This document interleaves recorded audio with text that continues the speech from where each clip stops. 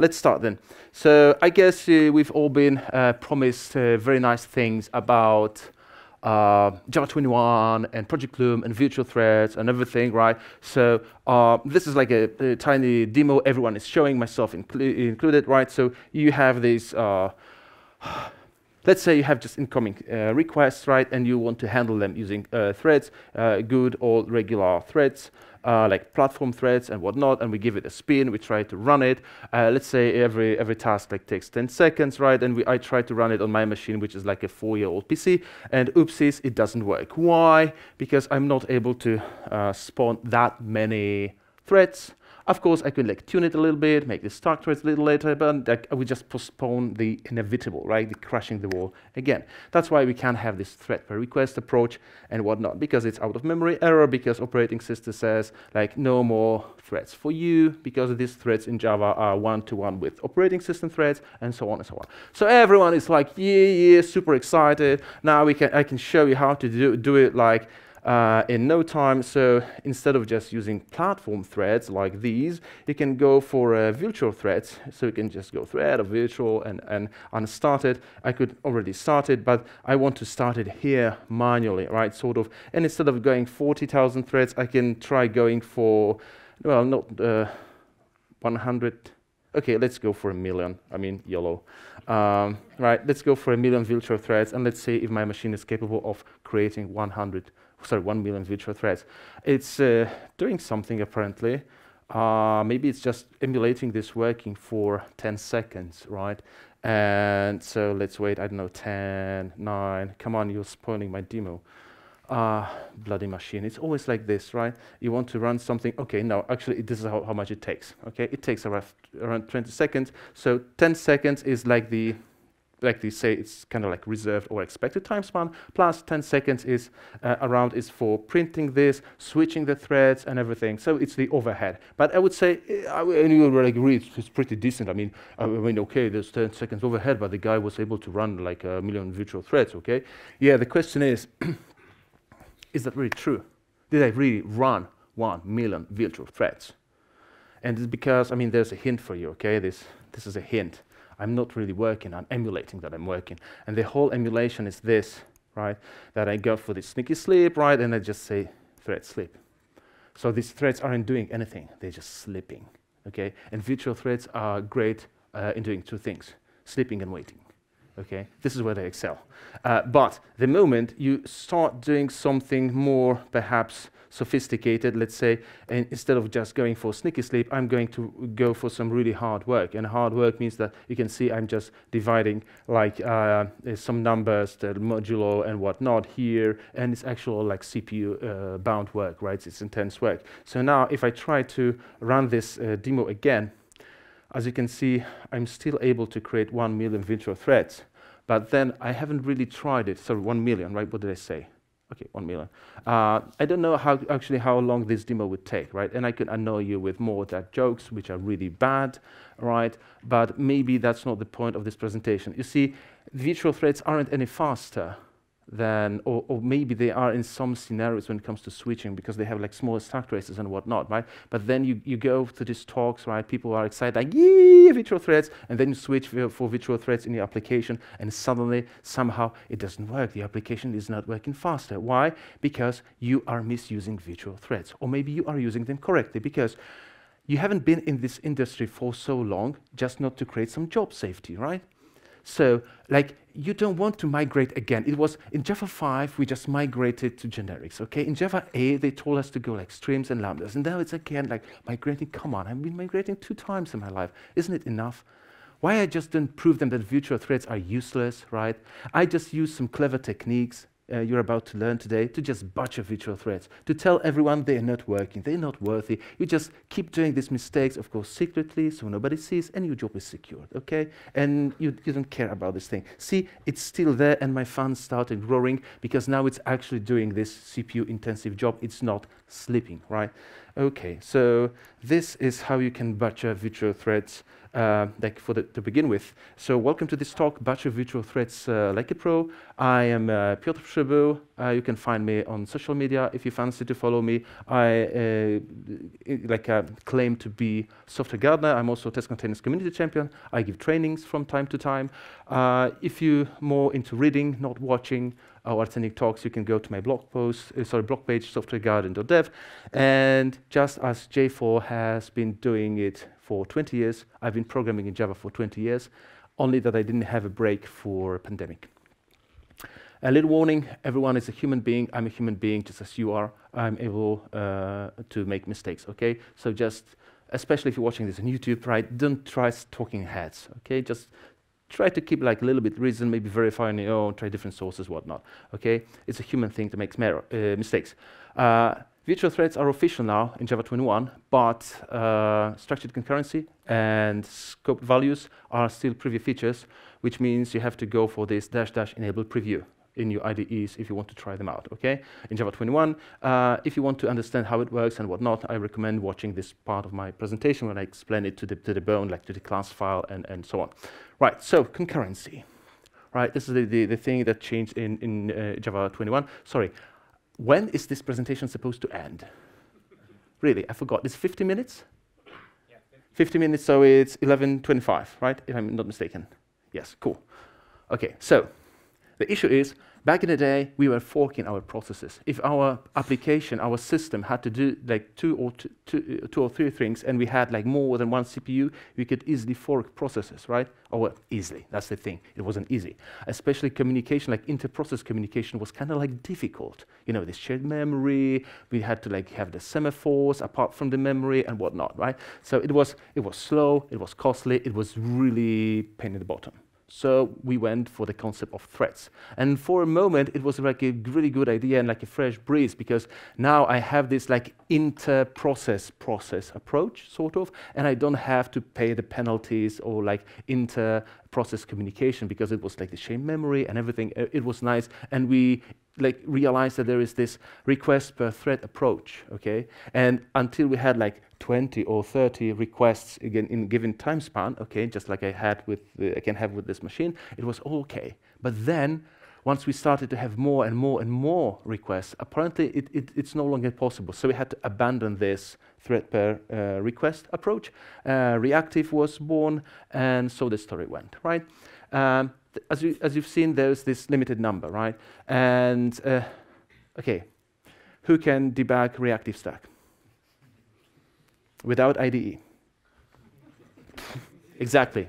I'm not in this room as well. I know for sure. I know two people who have this laser vision and can do that without IDE, right? Extremely brilliant folks, like Java champions and whatnot, masters of. Actually, sorry, three. Three. But else than that, it always requires some tooling, understanding, scratching the head, like swearing, like bumping your head against the wall and whatnot, right? And also in Java, we don't have any async await as our JavaScript friends have, right? Because we have like then wait for this like completable future, or, you know, right? So there they come, virtual threads, part of the project Loom, and people are asking this question: is this the biggest change since Lambda? And basically, there are two parties. One group says, yes, it's the biggest change since introduction of Lambda. And the other group says, no, it's even bigger. Right? So it's up to you to answer this question. I don't know this. Yeah, it requires some thinking, some tinkering and whatnot. So what they are part of this, or they are delivered as standard feature as this JEP 444, but we also have structured concurrency as this JEP in preview, in first preview feature after incubating twice, and we have scope values, a new kit in the blog, also in Java 21. All right, so the cornerstone of all these changes around concurrency in Java are virtual threads.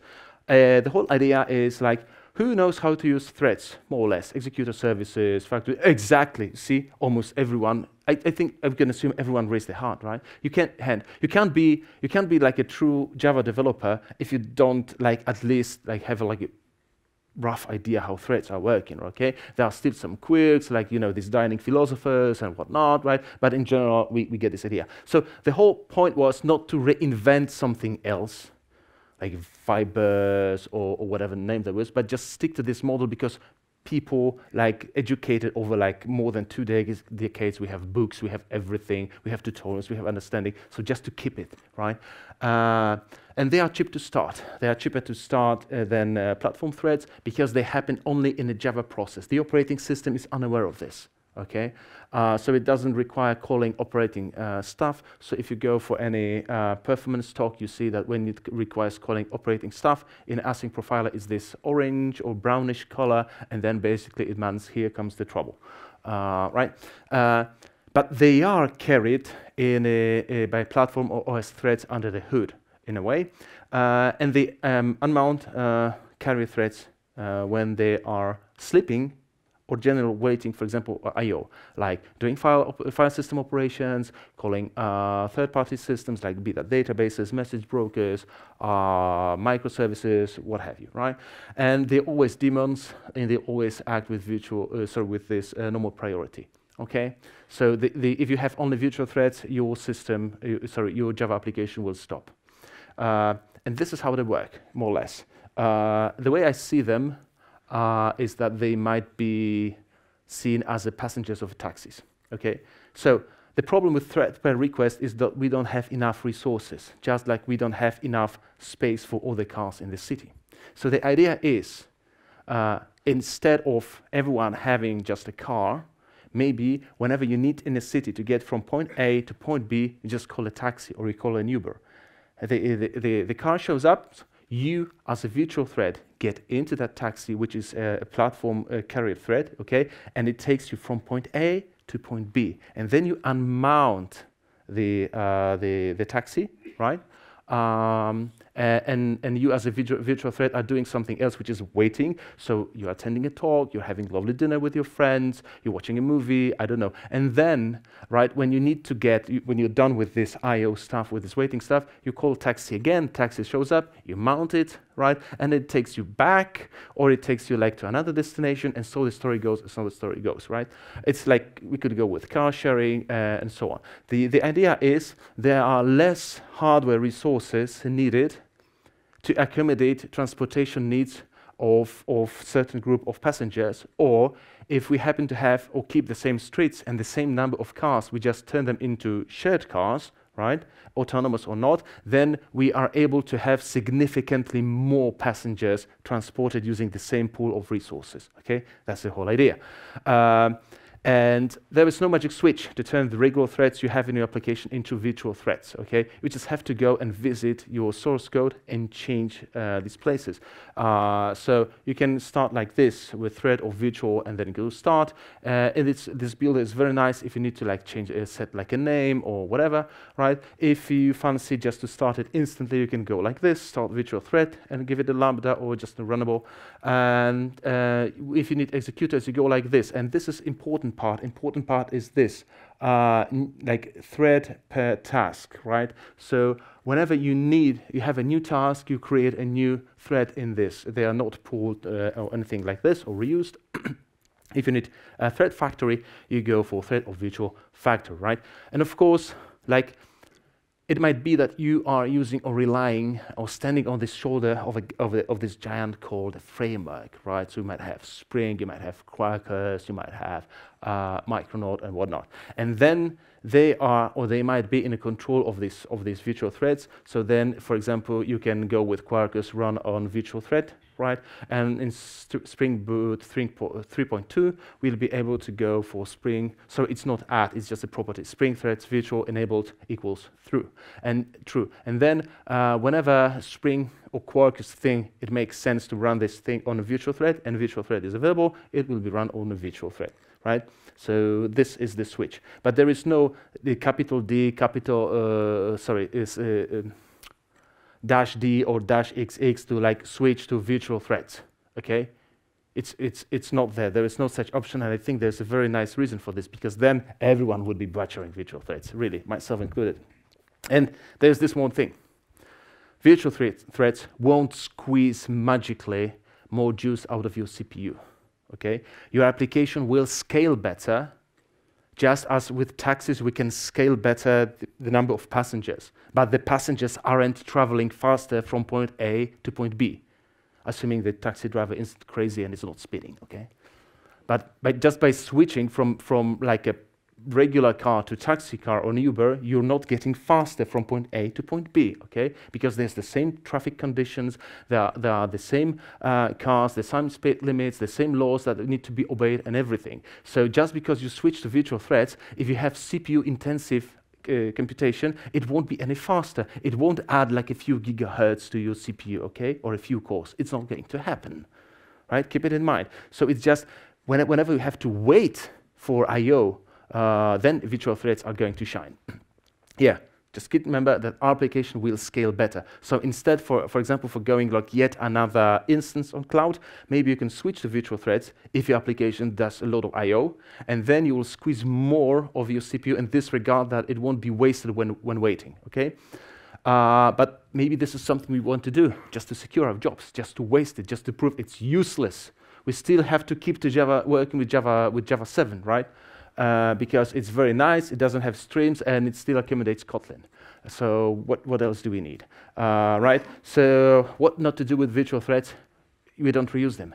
They are so fast, they are so cheap to start, we just don't reuse them. Hence the name of this executor, new virtual thread per task, okay?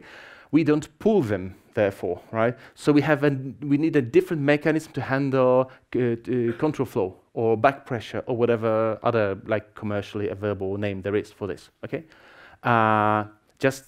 We have to keep it in mind. And another thing we don't do is we don't pin virtual threads. So if we stick to this metaphor, right? Let's say you're going to rob a bank, just hypothetically, you're good people, we're not robbing banks, okay? It's them robbing us, but that's another story.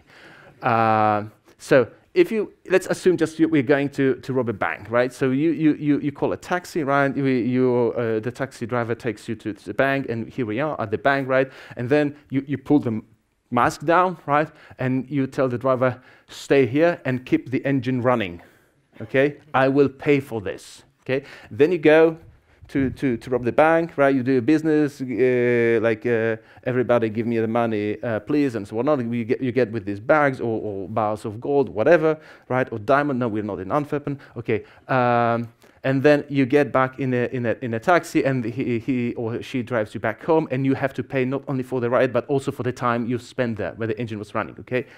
Who does it except like cheap Hollywood movies when they're robbing a bank?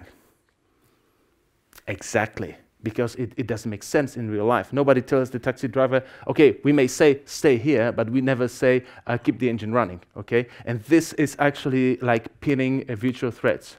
And how does it happen? When you call this I/O operation inside synchronized block, okay? And this can also like be like native operation. So there's synchronized block or synchronized method, and inside you call this operation, which normally would make a virtual thread like release the carrier thread, like thank you very much, taxi, go, I'll call you or call somebody else, right? But instead we just say stay here and keep the engine running, and it's called pinning. Okay, and how can you detect that it's like somebody else is looking for keeping their job endlessly? Okay, you can check it in two ways. You can go for trace pin threads full. This would like print you a nice stack trace, or we can go and watch for Java thread recorder events if there were any events emitted. If I'm not mistaken, virtual thread is considered to be pinned if this blocking I/O takes more than 20 milliseconds inside this synchronized block, right? Okay, and how can we detect this? Let's say I have this microservice, right? And inside this microservice, I have something. I have just functionality. In my case, I have this HTTP client, okay? Something that's doing I/O. It doesn't really matter what that thing is, but this is my example. And your example should be like similar in a way. And then what it's doing, it's basically calling and somewhere to the internet, right? Like an URL, and it's just getting back the response and checking how many bytes are there in this response. And that's it. That's what it's doing. So in my experiment, I'm basically calling I'm deploying index.html file to Nginx server, and then I just go there and check how many bytes are there, right? And if I make this direct call, and both are running in my CI infrastructure on my laptop, or I've already been to these talks about test containers, right? Then they are still like happen locally, and I don't have this 20 milliseconds to go back there and back again, okay? So the idea is to have these conditions, okay? So I can use this wonderful piece of technology called toxic proxy, which allows me to creating intoxicated networks programmatically, right? So I can say, instead of going directly, like previously, I can take this little detour, and going by this toxic proxy will make me like have like more or less like half a second delay, right? So there's like this latency is half a second plus minus 50 milliseconds jitter, just not to have like always half a second, right? A little bit chaos engineering. Someone expected chaos. Who was that? Was that you? Okay. See, you predicted very well. I have jealous for you. There you go. Yeah, so we have some chaos. This is chaos engineering, right? And this is this chaos monkey. It's called toxic proxy, and we're going to create our application, pack it into test container, right? We are going to create this test container with Nginx, and in between we're going to have toxic proxy also running in test containers, right? So how can we do that? I happen to have this application. Let me go with here. What is it like? It's come on, quickly. Where is it? Come out. Yes, I have this application. See, this is my application. I have these arguments, right? And if there are some arguments, I basically create this immutable HTTP client, right? I create a request, which is also immutable, and I'm going to send it 20 times to this URL that I'm specified, right? Basically, it's like as stupid as it is, just to give you an example how you can test it, right? And then I maven it, or Gradle it. I have the artifact, and my test is where's my test? This is my test. Yes, as you can see, like little spoiler alert, it seems not to be passing, right? So I have this index.html file, and I copy this it from resources, so it should be here. Right, I copy it to the Nginx container I'm creating or declaring here, and then I have this toxic proxy container which I declare here. Then I start them both at the same time, because not to waste time, okay? And then I have this proxy, and I say this is the chaos monkey here with this more or less half a second delay. And yes, and then I create. So I have this thing set up, and then I create my I pack into this container my application. Basically, I start this application, and I tell it, because it's it's actually no longer needed. It no longer needs enable preview in Java 21. And then I say trace pin threads, right? And this is the URI from the container, which comes from toxic proxy, as you can see. So basically, this guy knows it has to call somewhere here, but doesn't know it's toxic proxy and so on, right? And then when I run this test, it should fail. Let's see if it fails. Very nice. It's not even integration test. It's some call it like a golden master test or something like this. I don't actually care about the name as long as it gets me covered, right? So I have confidence this thing is passing the test or not. I'm happy with this. As you can see, the test is not passing. Let's see why it's not passing. Because when I call this client, I expect the exit code to be 0, so it's all success. But also, I expect not to see this unpinned in my standard output. So let me like debug it now. This is the beauty of test containers. You can just go like into this bank and shout, "Everybody freeze!" Right? And it should freeze now. It froze, as you can see. And now I can closely take a look at what happened. And I can go for this result, and it says standard output. And I say, open it here, and I see, I check. And this is the stack trace. This is the result. It tells me something. And it says, oh, I call this unpinned, right? And now I then scroll. I just scroll, but it tells me, see, here is the monitors. So here is when I'm pinning the virtual thread. It told me so. Okay, here it is where you're misusing it, sir, or you dummy. Oh, yeah. And so all I have to do is just go for this greeting obtainer, line 29. Let's go there. Greeting obtainer, line 29. It's this line. Yeah, I'm making IO call because it's client.send and whatever, right? But as you can see, I'm doing it inside synchronized method. Right. So if you want to downgrade the performance of virtual threads, if you want to butcher them, this is what you have to do. Okay. Or if you want to like use them properly, Okay, if you can't avoid synchronized, and if it's there for a good reason, then I suggest you go for these re-entrant logs and so on. Just avoid synchronized thingy, right? Okay, so now let me go and let's rebuild the whole thing, because I need to redo the jar, which I will put into this container. Okay, so I need to like refresh it. Okay, okay, it's there, it's done. Let me try to rerun it then, the test. We're running the test again, and let's see if the virtual threads are pinned, still pinned or not. Oh, very nice, very nice. It's already in the middle. Oh, come on, it's getting late. Okay. See, yeah, I have something, but let it pass. Continue. Console. Come on.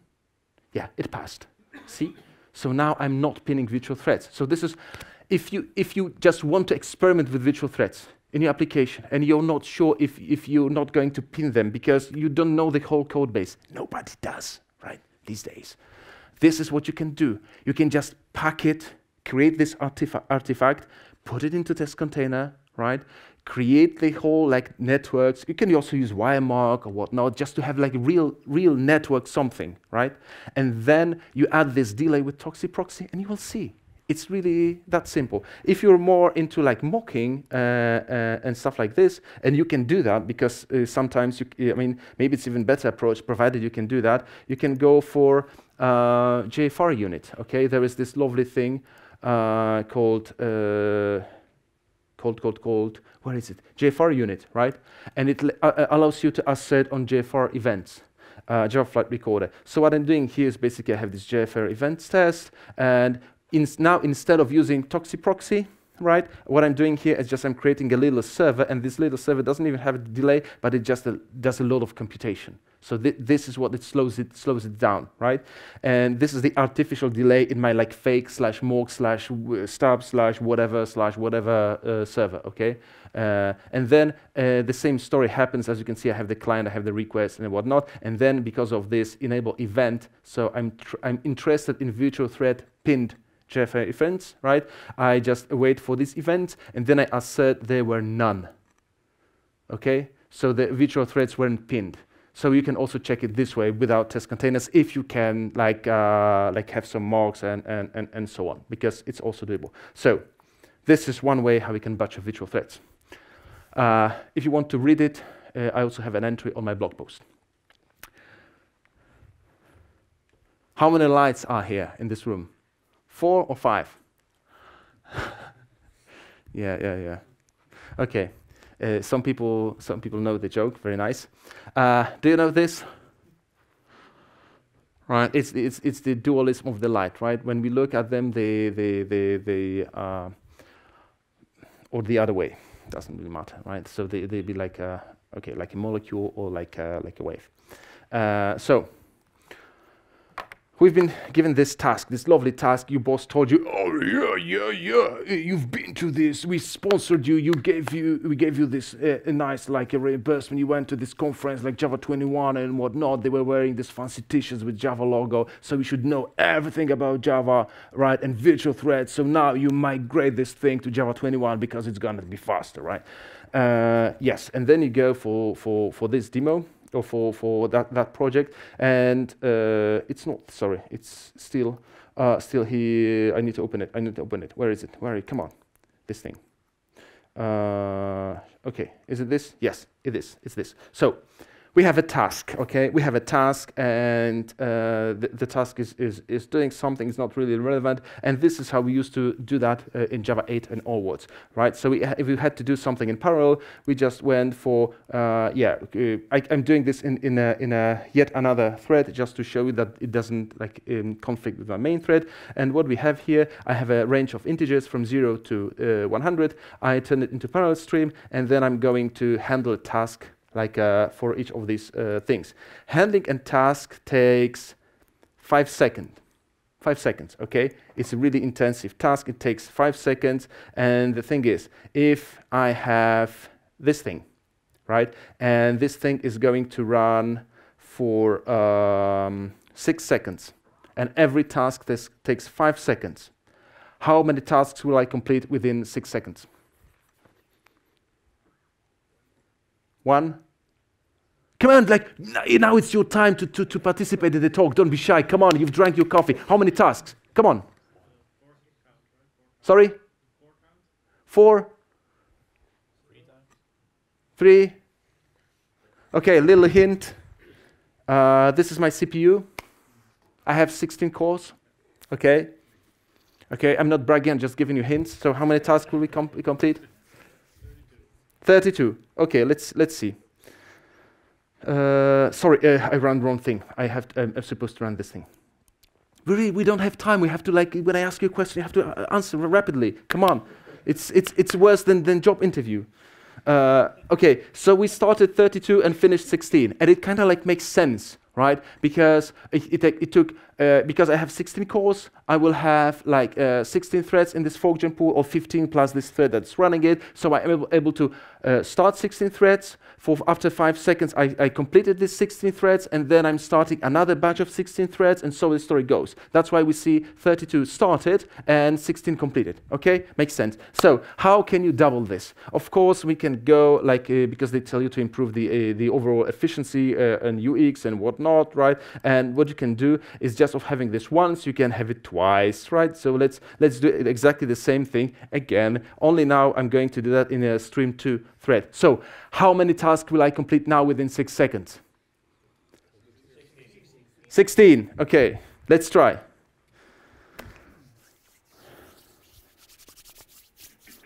3, 2, 1. 17. Haha, gotcha, right? So we improved the performance, but not that much factor. Okay, why 17? Because this single thread also adds, okay, so the fork join pool was exhausted by this thing, but this thing added its own thread, hence 17 threads, okay? Make sense? I don't know, but this is how it works.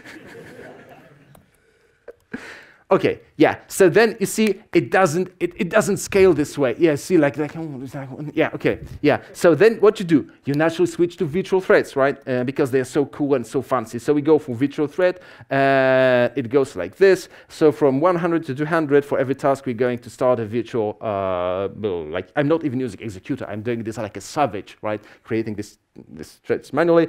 Let's run it. Okay, question, how many tasks will I complete within 6 seconds? Okay, not much more. By not much more, like. Be more specific, please. 16. Okay. Let's see. Sorry. 20. Can I get it when I say 40? 40. Can I get? 42. Okay. Let's run it. Let's run it. Let's see. We're engineers, right? And so we can play with the code. No. And we're gonna get 3, 2, 1, 16. There you go. Get jealous. Yes. Yes, 16. So it didn't scale much better than streams. So what you can do now, like, okay, why didn't it work like this, right? So I can do the following. I can start debugging. If you don't know what happens, you say debug 1, debug 2, debug final, debug absolutely, ultimately, no more debug, and then the story continues after weekend, right? So instead of just doing something for 5 seconds, let's say we're gonna do it in like 5 chunks, 1 second each, and we're just going to put it like to debug it, right? So this report basically it says I'm going to have like a fine logger, okay? For this, so I need to enable this fine log level. This is using Java util logging, right? So how many threads or how many tasks will I complete right now? We had 16. Can I get any more? Can I get any less?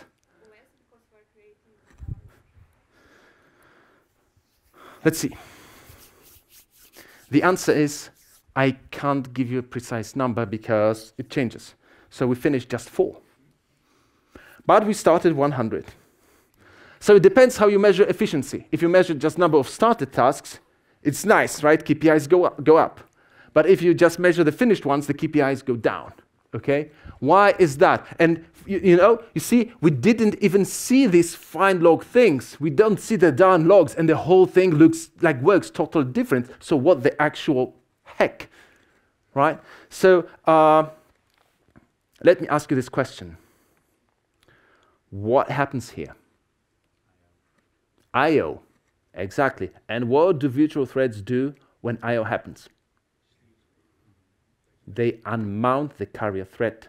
They get out from the taxi, and the taxi then, let's say you came here by taxi, okay? And then you call the taxi again. And they're super busy. Are you guaranteed to be picked up by taxi? Exactly. I mean, maybe Uber or some taxi corporations are doing this. Maybe they favor their gold or platinum or senator clients. I don't know. But in naive understanding, it doesn't happen, right? If you just came here by taxi and if you call taxi to go back, there's no guarantee they will do that, right? So you might see that you're waiting with, and you're just trying to get a taxi and they're just passing by, not picking you up, right? It's not New York when you go, just a taxi, right? Which is absolute BS. Nobody does that in New York except for Hollywood movies.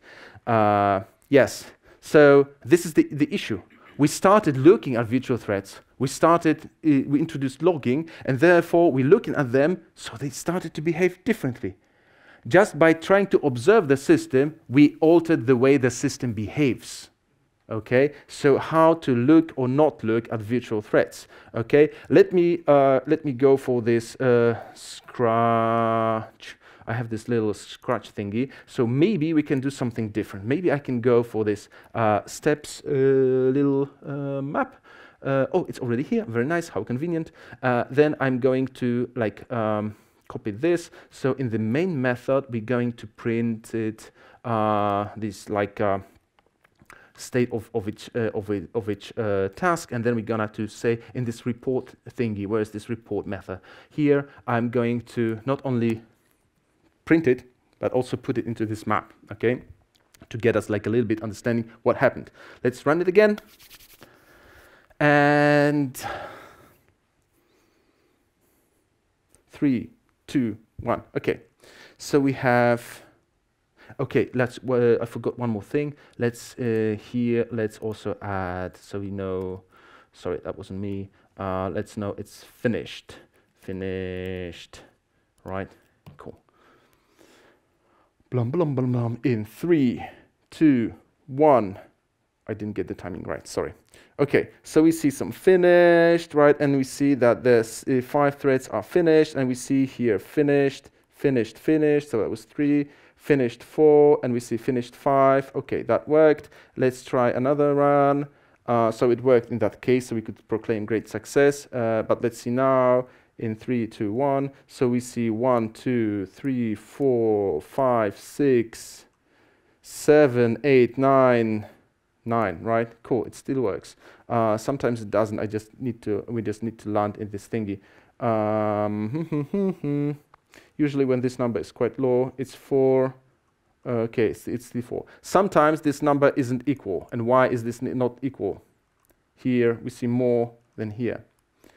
Because I still made the mistake of doing this before I get this, right? This is the right way to do this, this report. Else I don't know that, because still this logger might interfere, right? So let's run it again, and we shall see that it correctly, and it should tell us how the system actually behaves.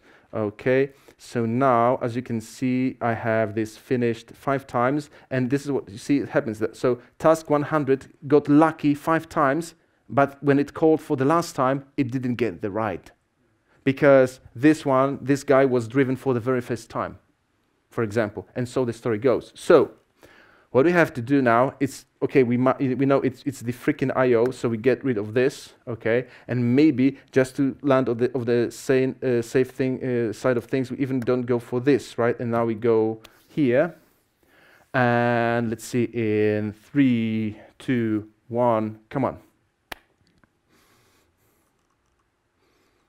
16, and now it sort of makes sense, right? So please remember this. It's I/O that unmounts virtual threads, right? And if we don't have now back pressure control, that's why it started 100 virtual threads, okay?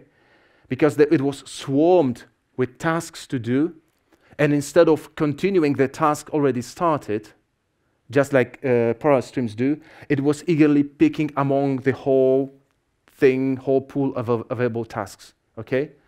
So Not in order not to butcher it, first we can't change the way it works just by observing it, but say it really has I/O inside. So what should I do then? You should go for back pressure control, right? Blocking queue or something. If you just ditch reactive thing and go for virtual threads, right? So reactive is about this async thing, but it's also about no side effects, and it's also about back pressure control, okay? It's not just a synchronous thing. Please remember this. Yes. Also, like another blog post entry, if you fancy, don't look at virtual threads or else. Structured concurrency. It's about having better idioms for multi-threaded code in Java.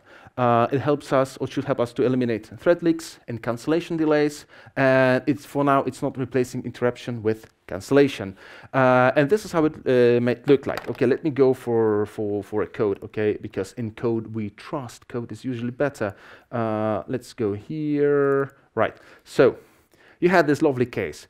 You have to create embedded software for this digital scoreboard, like this LED display or something. So there are participants, and each participant has a name, and they have a score, current score. It's just there are two systems you have to call. You have to call name system to get user ID and the name, and you have to call score system to get score and user ID. Once you get this and this, you combine the results, all right, and then you can show them and display on this board. Sorry, I ran the wrong thing. And nobody is telling me this. I mean, how dare you people?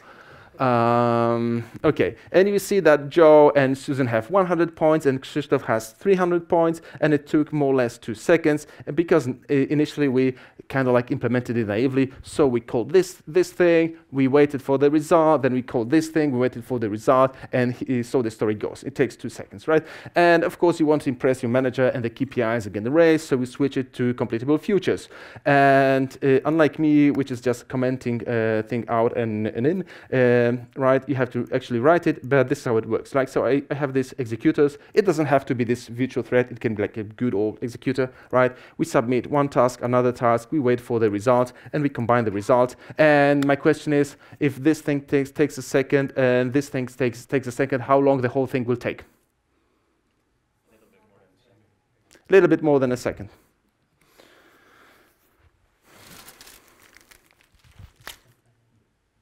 Sorry. It's on me. It's on me.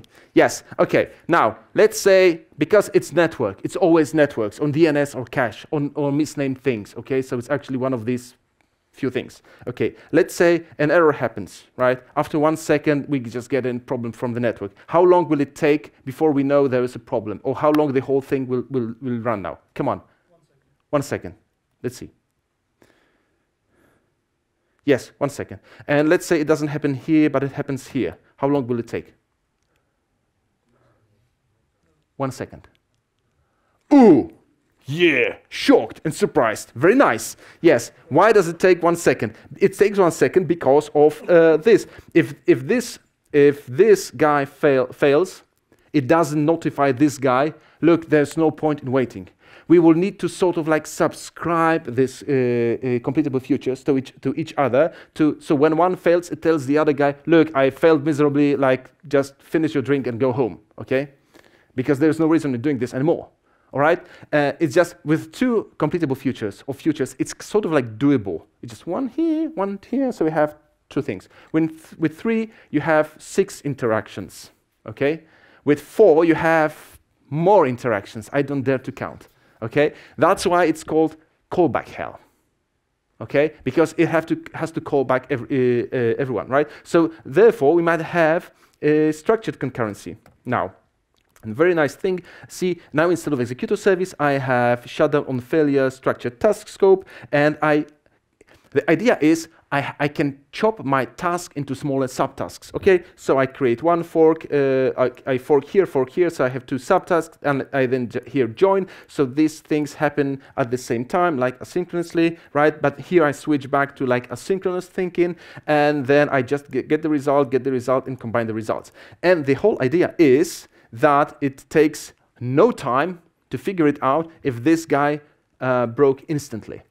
Because we get this cancellation for free within this fork, and you have like fork inside the fork and so on. We can go deeper, right? Like Leo DiCaprio and so on. Then we know it, okay? And it stops instantly because it says shut down on failure, okay? but we can budget this. All right? What we can do instead in this oops, right? Instead of, yeah, okay, so we have these oopsies, right? And this, we have this sneaky sleep. So maybe instead of having like a sleep, see, it has this interrupted exception. Do you see this, right? We can maybe go for this hard work again that I was using in the example before, right? And let's run it before. Let's run it again, and it will give us 1 second again. Why? Because what I'm doing doesn't give a damn about being interrupted.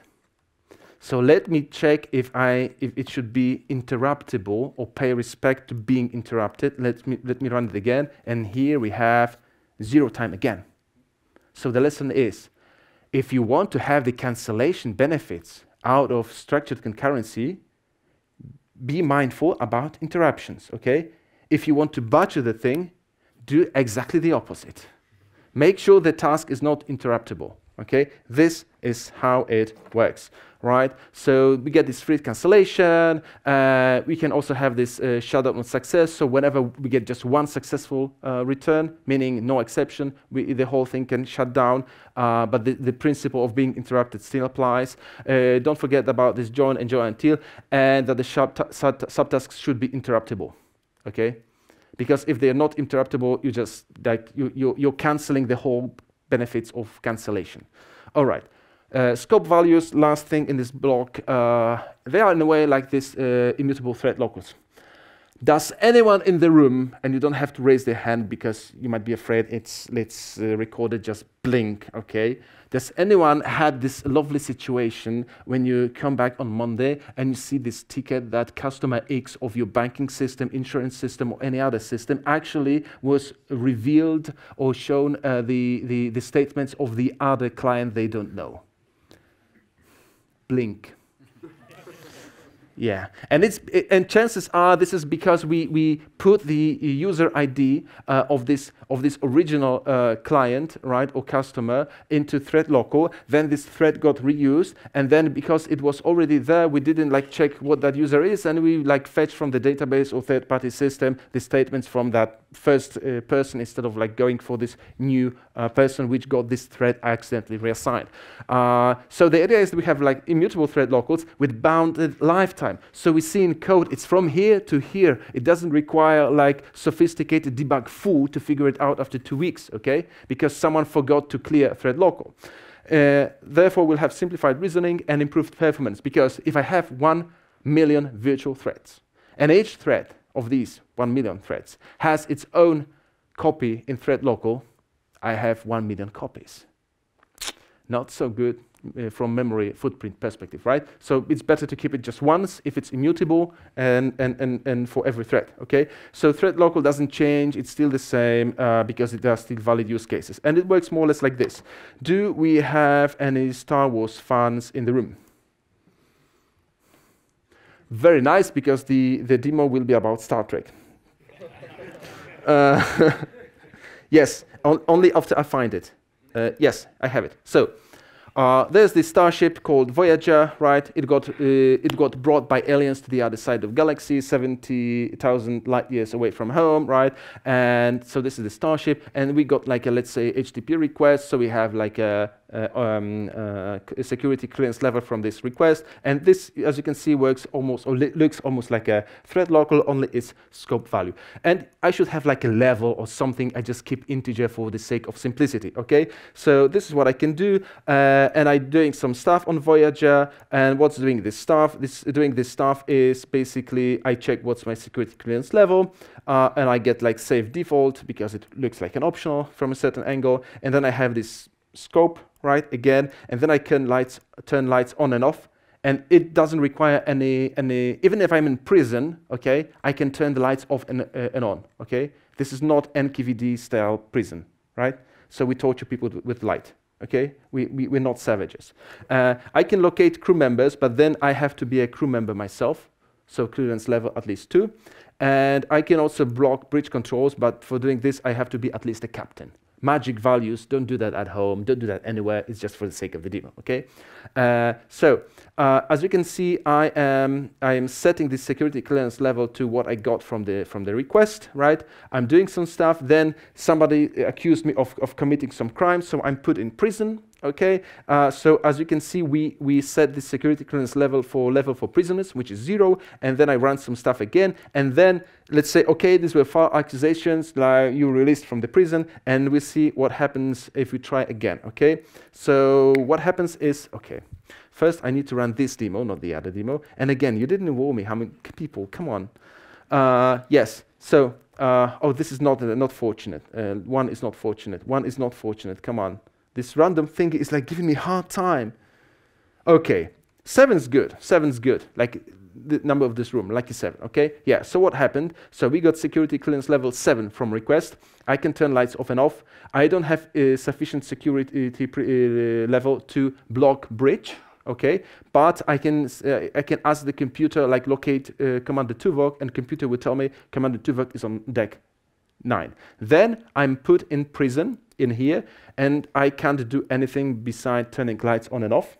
Okay, and then you see I don't have to reset it like explicitly manually say back, like set this level again or something.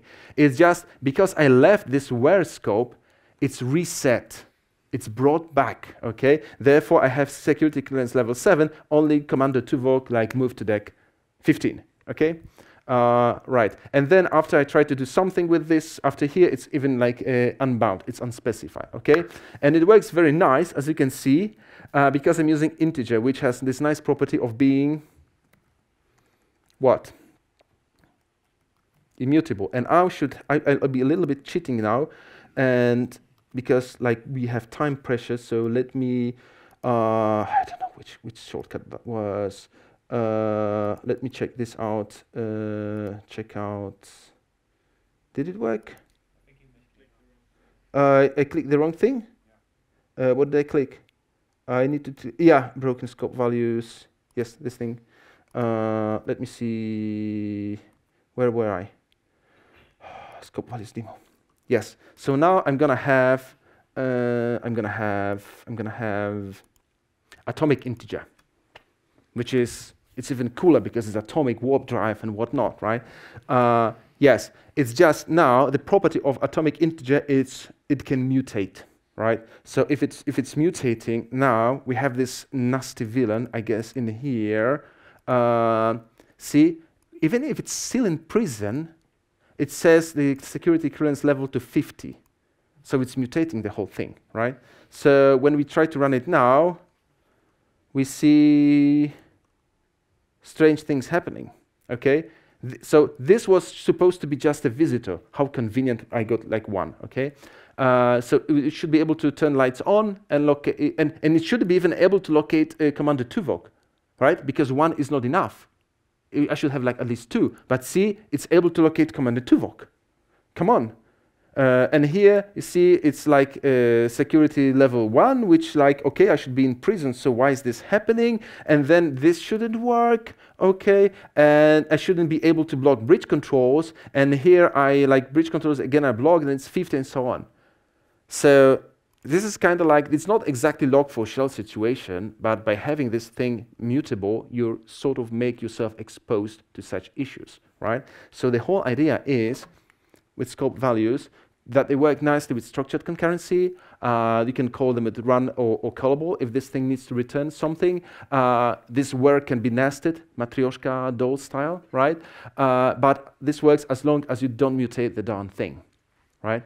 So use something unmutable, unmodifiable in there, use a record, use a list that can be unmodified, something like this. Just don't rely on the contract, because I assure you, sooner or later, there will be a new member of the team who's just not aware of this, because how could they, right? How could they know? And they will mutate the darn thing, and you'll see this, we'll be back in the threat local situation where you'll have to blink, okay? So how can we batch virtual threads and friends around there? So use virtual threads mainly for CPU heavy tasks, okay? Not for I/O, use it for everything, okay? Swarm task without any flow control and without any back pressure. Ignore unmounting for I/O, Okay, just synchronize everything. That will be safe, like a vector was. Okay, pull, reuse, and mix virtual threads with synchronized. Ignore interruptions, and mutate scope values. This will guarantee that you'll have like secure job, because you will prove that everything that comes from Project Loom is just rubbish. Okay, and you can easily prove it. It's just rubbish. Don't use it. Like good old Java 7 is still the king. Yay. Yes. I have this, now I have a request for you, okay, for every conference talk, for every meetup, every gathering, just provide your feedback, okay? If there is a way, I don't know if there's a way, there should be a way for JFall to provide your feedback using like, they will send like a poll or something, or you can maybe use your cell phones. Please provide feedback. Let the organizers know how was it. Let me know how it was, because it was the very first time I gave this talk, okay? So I would really love your feedback. Now, if you're watching this on YouTube, you should do two things. First, you should hit the subscribe button. Yeah. And second, please fill this survey, which is somewhere around here. I don't know, but click there. If you prefer this thing than conference thing, you can also fill this survey. But I would say you should prefer the conference thing. Okay. Be nice to the conference organizers. So that's the little survey. If you fancy more IT insights, Java hints, or pool life advices, follow me on social media. I'm Twitter, Mastodon, Blue Sky, LinkedIn, whatever. You can hire me for training, for some little consultancy or something like this. I do such stuff like how to not to butcher things when you're migrating stuff to new Java, right? If you need slides, this is the slides, okay? Just go with this link. In 3, 2, 1, because we're really after time. I'm terribly sorry, I overstretched this. See, I didn't do timing properly. That would be it. Thank you very much. Bedankt.